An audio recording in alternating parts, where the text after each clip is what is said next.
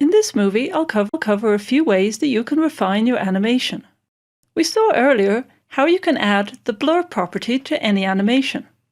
However, when you add blur, it's more like a Gaussian blur and it blurs in all directions evenly.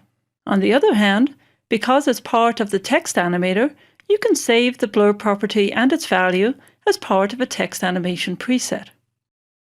I'll set the blur property back to 0, and let's compare that look with the results you get from the regular motion blur. To enable motion blur, you need to first enable the motion blur switch for the layer, and then enable the master enable motion blur switch at the top of the timeline.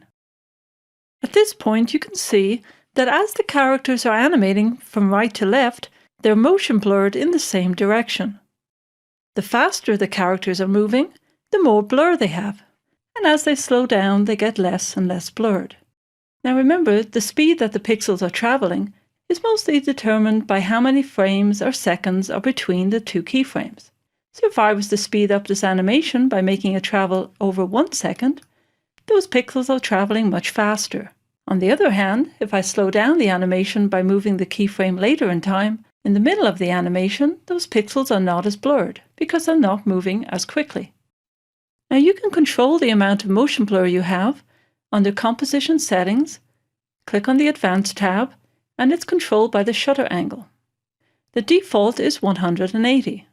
I'll double that to 360. Now the characters will be more blurred, even though they're moving more slowly. Now I also want to point out that the regular motion blur is also smart.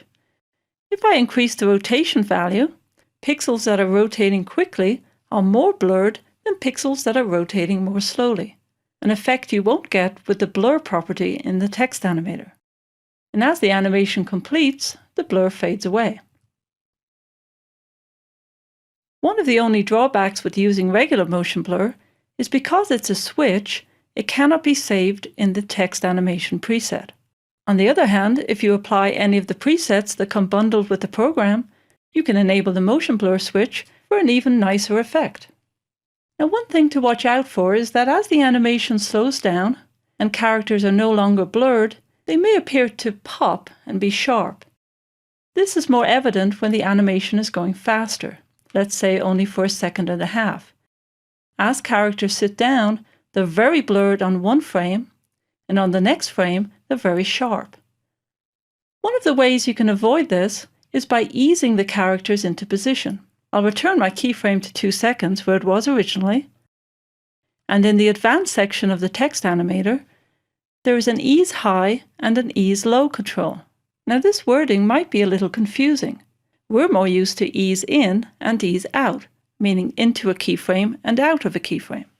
Well, when you're using the ramp up shape, which we're doing here, the high point are the characters that are most affected by the properties that are applied, and the low point is when it's closer to being normal.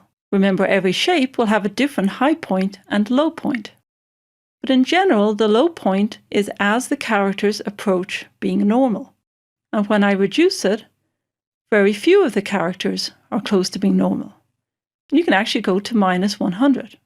In that case, characters would just pop into position very quickly with no ease whatsoever. So let me increase it back to 100%, which is the maximum. When I step through frame by frame, you can see the characters slowly easing into position, and the motion blur is fading away without that pop that you were seeing earlier. And when I ran preview, you can see the characters are landing more gently. Now don't confuse this with easing into the second keyframe for offset. Remember, these keyframes control how the selectors move across the type. If I ease into the second offset keyframe, I'm simply saying slow down the selector as you move across, but I would not be slowing down how the characters land. If you want the characters to land softly, then you need to increase the ease low value. So let's see what else we can do to finish off the animation. Now, I mentioned earlier how we normally do not animate the properties. However, there's no reason why you can't animate any of these, with the exception of opacity, which should remain at 0%. Let's say we don't like the rotation to be so extreme at the end of the animation. I could turn on the stopwatch for rotation and maybe set it to 300 degrees at the beginning. And then I'll go to my second offset keyframe at 2 seconds and I'll set rotation to 0. Now when I round preview, the characters are more rotated at the beginning and then less rotated towards the end. The anchor point value can also be animated, and this can work really well. For instance, let's say at the beginning, I like the horizontal offset, but as time goes by 2 seconds, I'd like the anchor point value to be 0, and that should tighten up the animation as time goes by. You don't even have to have things synchronized. I could take the rotation keyframe and fade that out by 1 second. I can even apply easy ease into it. And now the characters are rotating for the first second and not for the second.